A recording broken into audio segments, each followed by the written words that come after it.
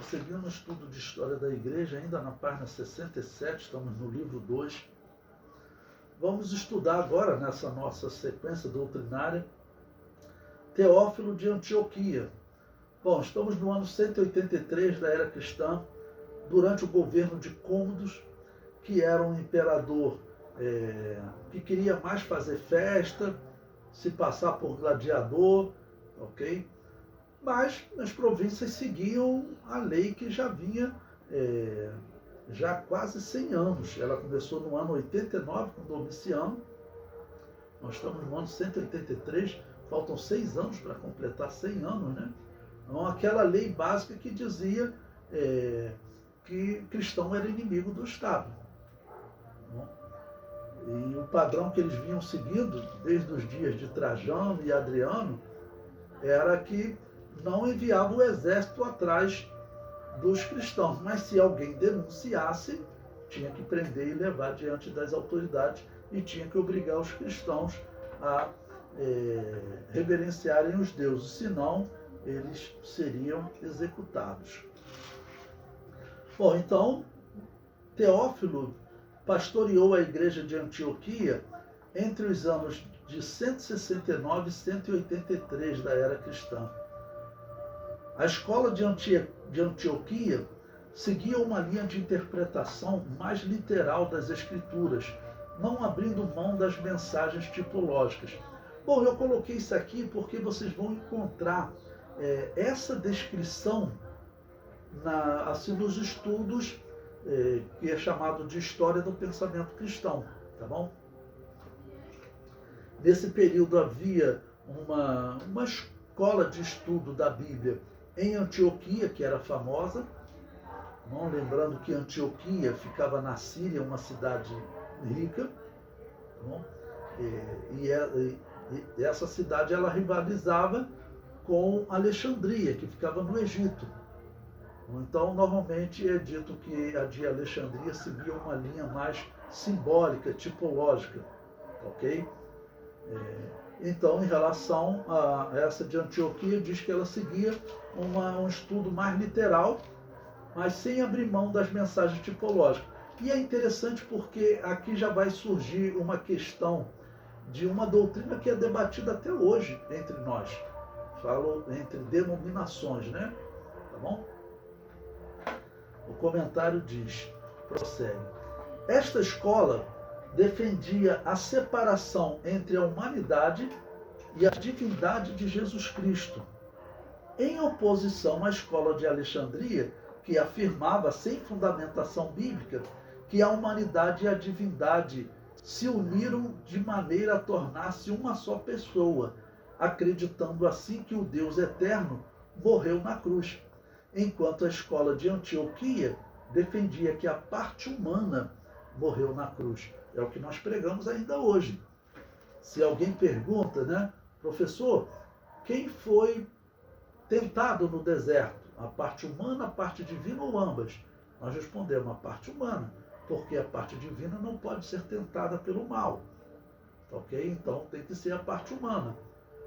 Professor, quem morreu na cruz? A parte humana, a parte divina ou ambas? E eu, no caso, eu respondo, a parte humana. A parte divina é eterna, não tem como ela morrer, tá bom? E é interessante que a escola de Antioquia, ela defendia isso. Como sendo um centro missionário, Antioquia é uma referência doutrinária, porque o apóstolo Paulo esteve lá debatendo com ex-rabinos, como nós vemos em Atos 13, né? Então se tornou um centro de estudo sério por conta da presença, principalmente, do apóstolo Paulo, que foi o melhor do Novo Testamento, que interpretou as Escrituras do Antigo Testamento para interpretar o plano de Deus relacionado à igreja. Esse era um desafio para a igreja primitiva. Mostre-me no Antigo Testamento que Deus realmente profetizou, mostrou aos seus servos que Israel seria rejeitado por um tempo. Okay? E o apóstolo Paulo faz essa descrição, principalmente em Romanos 11, em Gálatas capítulo 5. Ok? Então, Antioquia era uma referência por conta disso. Okay? E ela defende o que podemos dizer que a Assembleia de Deus defende que o Deus eterno não morreu na cruz. Quem morreu foi a parte humana. Mas se você chegar para católicos e protestantes, eles batem o pé com essa heresia, e os católicos, quando eles podiam, eles queimavam na fogueira. Nós veremos a história aí em que eles vão decretar a morte daqueles que não aceitarem a doutrina que diz que o Deus eterno morreu na cruz. E aqueles que se opõem, tem historiador católico que reclama. Nós não podemos nem mais dizer que Deus morreu na cruz. O católico Daniel Rupes, ele faz isso. Tá bom? E os protestantes seguem essa mesma heresia, né? Absurda. Tá bom? Então, Teófilo, ele já se destaca nesse ponto dessa escola de Alexandria. Teófilo defendeu também que os autores do Novo Testamento possuíam a mesma inspiração e autoridade do Antigo Testamento. Ok? Isso é importante, porque nós sabemos que o cânon das Escrituras Sagradas, ele foi se formando com o tempo. Nós vimos que, nessa época, já havia acontecido o cânon muratoriano, né? Tá bom? Já há cerca de 10 anos, esse cânon ele já trazia uma sugestão de livros inspirados por Deus no Novo Testamento, porque o Antigo Testamento estava fechado. Mas e o Novo Testamento? Então, ele já trouxe uma sugestão de livros inspirados. E uma questão a ser debatida é, esses livros possuem a mesma autoridade do Antigo Testamento? Eles tiveram a mesma inspiração? Ok? E claro que sim, nós acreditamos que sim. E Teófilo defendia isso. Ok? Teófilo defendia isso. Bom, Eusébio de Cesareia, ele nos fala também um pouco sobre esse Teófilo. Veja o que ele diz. De Teófilo, que já mencionamos como bispo da igreja de Antioquia, possuímos os 3 livros elementares dirigidos a Autólico, e outro que tem por título Contra a Heresia de Hermógenes, no qual utiliza testemunhos tirados do Apocalipse de João. Dele possuímos também alguns outros livros de catequese. Então veja que era realmente uma pessoa de destaque, bem inteligente, né? Pastoreando essa igreja de Antioquia. Como eu disse, Antioquia era um centro doutrinário, era um centro missionário e também um centro doutrinário. Um centro missionário porque enviou Paulo e Barnabé, tá bom? E um centro doutrinário porque Paulo esteve naquela cidade por muito tempo debatendo as Escrituras Sagradas, que naquele período era o Antigo Testamento. Ele prossegue. Nesta época, os hereges seguiam com o mesmo empenho, corrompendo como joio a limpa semente do ensinamento apostólico. E os pastores das igrejas de todo lugar os afugentavam do meio das ovelhas de Cristo como as bestas selvagens e rechaçavam-nos, ora por meio de advertências e exortações dirigidas aos irmãos, ora pondo-os em evidência com perguntas e refutações orais, cara a cara, e também corrigindo suas opiniões, com argumentos bem precisos por meio de tratados escritos. Teófilo, assim como outros, lutou contra eles, segundo declara certo tratado seu nada vulgar contra Marcion, tratado que, junto com outros de que falamos, conserva-se até hoje. Teófilo foi sucedido por Maximino, 7º da igreja de Antioquia, a partir dos apóstolos. Bom, essa obra de Teófilo, nós temos trechos que nós podemos ler dessas obras, tá bom? Então eu separei aí para vocês também um trecho para nós podermos ler.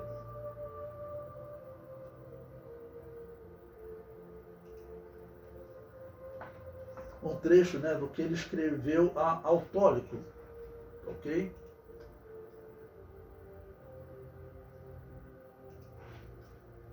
Ele diz: Uma língua fluente e um estilo elegante proporcionavam prazer e elogios como a vanglória deleita para homens miseráveis que foram corrompidos em mente.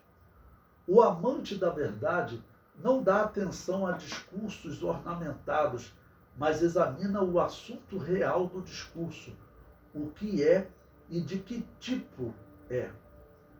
Desde então, meu amigo, você me atacou com palavras vazias, gabando-se de seus deuses de madeira e pedra, martelados e fundidos, esculpidos, que não veem nem ouvem, pois são ídolos e obras das mãos dos homens.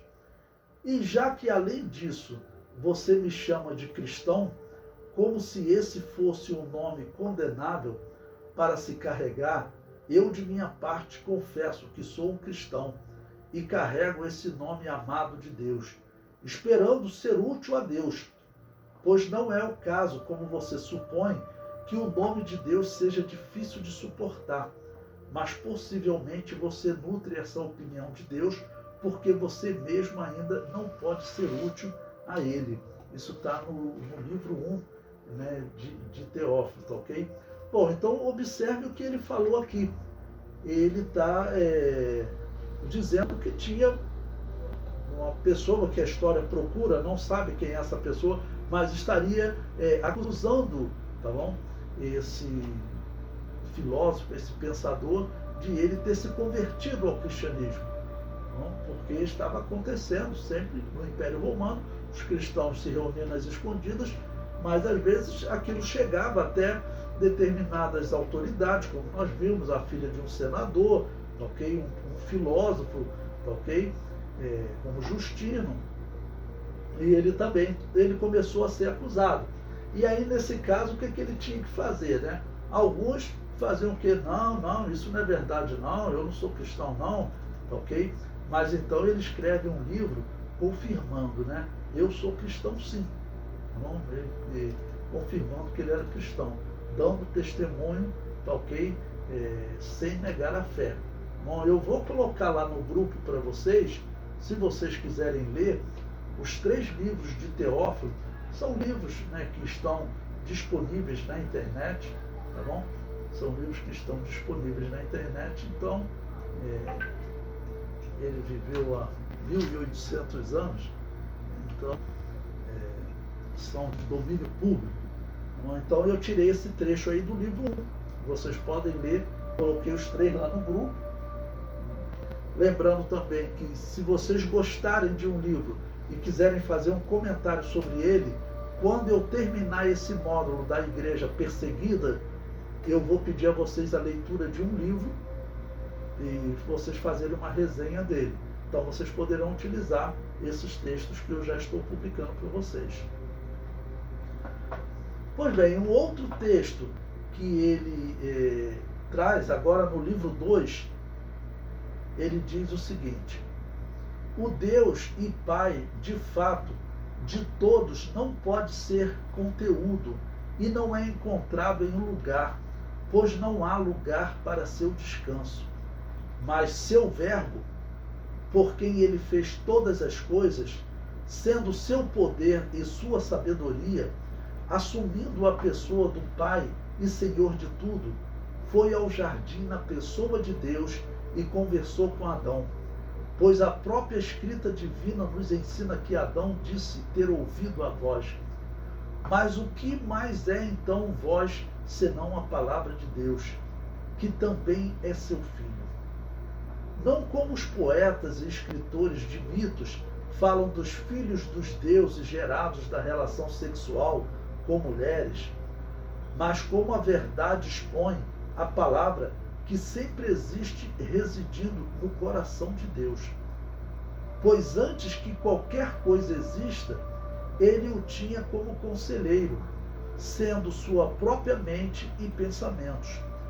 Mas quando Deus quis fazer tudo o que ele determinou, ele gerou esta palavra proferida, o primogênito de toda a criação, não sendo ele próprio esvaziado da palavra, ou seja, da razão, ou do logos, né? Como se falava, mas tendo gerado uma razão e sempre conversando com sua razão. Então, peguei esses dois textos, tá bom? Desse homem, e é interessante a defesa que ele faz, e quer dizer, ele se declarando, olha, você está me acusando de ser cristão, não? Então realmente eu sou cristão. Nós não temos informação se ele foi martirizado, tá ok? Mas nós vemos aí o exemplo, né, de acusação, como era comum entre as pessoas que se convertiam. Daqui a pouco alguém descobria, e quando descobria começavam os acusadores, né?